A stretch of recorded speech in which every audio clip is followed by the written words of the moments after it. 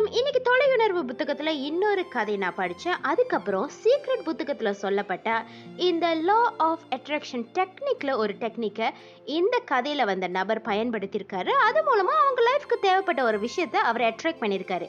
So இந்த law of attraction technique, அதுக்கப்புறம் உங்களோட உள்ளுணர்வு, இதெல்லாம் சேர்த்து உங்க லைஃப்ல என்ன மேஜிக் கொண்டு வர முடியுங்கிற கதை தான் இது. ஒரு சேல்ஸ் மேனேஜர், அவரை இந்த புத்தகத்தை எழுதின ஆத்தர், தொலையுணர்வு புத்தகத்தை எழுதின அந்த ஆத்தர் மீட் பண்ணாராம். அந்த சேல்ஸ் மேனேஜர் இந்த ஆத்தர் கிட்ட ஒரு விஷயம் சொன்னாராம். நம்மளை பத்தி நம்ம மனசுல நம்ம எப்படி காட்சிப்படுத்துறோமோ, ஒரு உருவம் கொடுக்குறோமோ, அது போலதான் நம்ம லைஃபும் அமையும், நாமளும் அது போலதான் ஆகும். இந்த விஷயம் நான் ஒரு கான்ஃபரன்ஸ்க்கு போனப்ப எனக்கு தெரிய வந்துச்சு. அங்க சொல்லி கொடுத்த ஒரு டெக்னிக்கை என் லைஃப்ல நான் ஃபாலோ பண்ணேன். ஆனால் அது என் லைஃப்பில் மிகப்பெரிய மாறுதலை ஏற்படுத்தும் நான் எதிர்பார்க்கல. இப்போ வரைக்கும் நான் ஃபாலோ பண்ணிக்கிட்டு இருக்கேன்னு ஒரு டெக்னிக்கை இந்த ஆத்தருக்கு சொல்லி கொடுத்தாராம். அதாவது அவங்க மனசுக்குள்ள எப்பவுமே கொஞ்சம் படபடப்பாக இருக்கும் போதோ, கோபமாக இருக்கும் போதோ ஒரு விஷயம் செய்வாராம். பைபிளில் ஒரு 2-3 பேஜஸ் படிப்பாராம். அதை படிக்கும்போது அவர் மனசுக்குள்ள அந்த படபடப்பு குறைஞ்சி ரொம்ப அமைதியாக ஆகிடுவாராம். அதுக்கப்புறம் அவர் ஆஃபீஸில் இருக்கும்போது அவரோட ரூமில் ஒரு வால் இருக்காம், ஒரு சுவர் இருக்கா. அந்த சுவர் வெள்ளை நிறத்துல இருக்கு, எதுவுமே அந்த இடத்துல ஒட்டப்படலை, எதுவுமே அங்க இல்லை. கொஞ்சம் பிளெயினா இருக்கிற அந்த சுவரை பார்ப்பாராம்.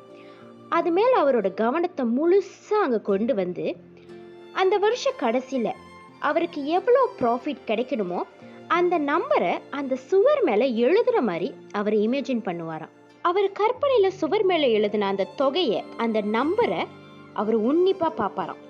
இப்போ அந்த நம்பர்ஸ் அவர் மனசுக்குள்ள ஆழமா பதிகிற அளவுக்கு அதை பார்த்துக்கிட்டே இருப்பாராம். அந்த இமேஜினேஷனை அவர் அங்கே கொண்டு வருவாராம். சுவர் மேலே அந்த நம்பர்ஸ் இருக்கு. இப்போ 1 கோடி அந்த அளவுக்கு அவருக்கு ப்ராஃபிட் கிடைக்கணும்னு நினச்சிருக்காருன்னா 1 கோடி அந்த சுவர் மேலே எழுதியிருக்காருன்னு கற்பனை பண்ணுவாராம். அந்த நம்பர் அவர் மனசில் பதிகிற அளவுக்கு அந்த சுவரை பார்த்துட்டே இருப்பாராம். அதுக்கப்புறம் அந்த கம்பெனியில் அவரோட மேலதிகாரி இந்த அளவுக்கு ப்ராஃபிட் கொடுத்ததுக்காக அவரை பாராட்டுற மாதிரி இமேஜின் பண்ணுவாராம். அது நடக்கிறது போல அவர் மனசுக்குள்ள காட்சிப்படுத்துவாரு. அந்த அளவுக்கு அந்த நம்பரும் பதிஞ்சிரும். அவருக்கு அந்த லைஃப்ல, அந்த கம்பெனில எந்த அளவுக்கு பாராட்டு கிடைக்கணுமோ அது நடக்கிற மாதிரி ஒரு சிச்சுவேஷனையும் அவர் கற்பனை பண்ணியிருக்காரு. இந்த விதத்துல அவரோட உள்ளுணர்வு உண்மையாலே வேலை செஞ்சிருக்கு. ஏன்னா அவர் நினைச்ச மாதிரி ஒவ்வொரு வருஷமும் அவர் எதிர்பார்த்ததை விட அளவுக்கு அதிகமான சேல்ஸை அவரால் கொடுக்க முடிஞ்சுதான். அந்த அளவுக்கு அவரோட ஆள் மனசுல அவருக்கு என்ன வேணுமோ அது தெளிவா பதிஞ்சிருச்சு. ஸோ ஆட்டோமேட்டிக்காக அதுக்காக அந்த ஆழ்மனம் அவரோட திறமைகளை தூண்டி அவருக்கு என்ன வேணுமோ அதை அவருக்கு கொடுத்துருக்கு. இதுக்கப்புறம் அவர் ஒவ்வொரு தடவை அந்த ஆத்தரை மீட் பண்ணும் போதும் அவர் செஞ்ச ஒரு சின்ன டெக்னிக்கை அவர்கிட்ட சொன்னாராம். ஒவ்வொரு வருஷமும் என்னால் அந்த அளவுக்கு சேல் எடுக்க முடிய காரணம், எனக்கு என்ன வேணுமோ அதை நான் இமேஜின் பண்ணுவேன், என் ஆள் மனசில் அது பதிகிற அளவுக்கு அதை பற்றி நான் யோசிப்பேன், அதனால தான் என்னால் இது முடிஞ்சதுன்னு இந்த டெக்னிக்கை சொல்லி கொடுத்தாராம்.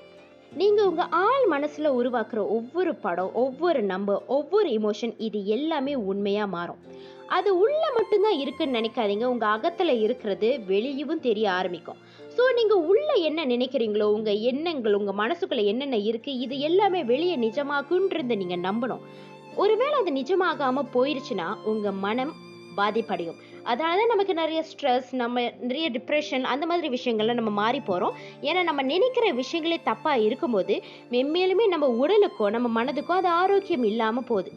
இந்த ஆத்தர் இன்னொரு கதை சொன்னார். கொஞ்ச காலத்துக்கு முன்னாடி ஒருத்தர் கொலை செஞ்ச குற்றத்திற்காக சிறையில் அடிக்கப்பட்ட ஒரு குடிகாரனை இவர் மீட் பண்ணாராம். சிறையிலேருந்து வெளியே வந்தோன்னே இனி ஒருபோதும் நான் குடிக்கவே மாட்டேன்னு அவன் உறுதி சொன்னானான். ஆனால் அவன் சிறையிலேருந்து வந்த அன்னைக்கு நைட்டே அளவுக்கு அதிகமாக அவன் குடிச்சானா. இதுக்கு காரணம் என்ன தெரியுமா? ஏன்னா அவன் சிறையில் வந்த அந்த காலம் முழுக்கவே மதுவை பற்றி மட்டுமே அவன் யோசிச்சுக்கிட்டு இருந்தான். அவன் மனசுக்குள்ள மது மட்டும்தான் இருந்துச்சு. எப்போ நம்ம குடிப்போம். ஆனால் குடிச்சனால தான் இந்த கொலை செஞ்சுங்கிறத விட எப்போ குடிப்போம் அப்படின்ற ஒரு விஷயத்தை இமேஜின் பண்ணா. அதனால ஜெயிலேருந்து வந்து அவன் மனசை அவனாலே கட்டுப்படுத்த முடியாமல் அவன் குடிக்க ஆரம்பிச்சிட்டான். ஸோ நம்ம மனசுக்குள்ளே நம்ம என்ன நினைக்கிறோமோ அது வெளியில் நடக்காது, நம்ம செய்ய மாட்டோம் அப்படின்லாம் நீங்கள் நினைக்காதீங்க. எண்ணங்கள் குப்பைகளாக மாறும்போது உங்களுடைய செயல்களும் குப்பைகளாக தான் மாறும். ஸோ எண்ணங்கள் சுத்தமாக இருக்கும்போது உங்கள் லைஃப்பில் என்ன வேணுமோ அதை நீங்கள் செய்யணும்னு நினச்சா எண்ணங்களை சுத்தமாக வச்சுக்கோங்க. குடிகாரன் குடிக்க பற்றியே நினச்சிக்கிட்டு இருந்தா அவனால் ஒருபோதுமே குடியை விட முடியாது. ஏன்னா மனசுக்குள்ளே அதுதான் ஓடுது. ஸோ உங்களுக்கு ஒரு விஷயம் நடக்கணும்னு நினச்சா அது உங்கள் ஆழ் மனதில் பதிகிற மாதிரி, உங்கள் உள்ளுணர்வுக்கு அது தெரியற மாதிரி காட்சிப்படுத்த பாருங்க. உங்க மனசுல அதை இமேஜின் பண்ணுங்க. அது நடக்கிற மாதிரி நினைச்சுக்கிட்டு இருங்க. உங்க ஆள் மனசுக்கு அது புரியும். அந்த உள்ளுணர்வு உங்களுக்காக உங்கள் திறமைகளை தூண்டிவிட்டு உங்களுக்காக அது வேலை செய்ய பார்க்கும். ஸோ அடுத்த கதையில் அடுத்த ஒரு டெக்னிக்கில் சந்திக்கிறேன். நன்றி.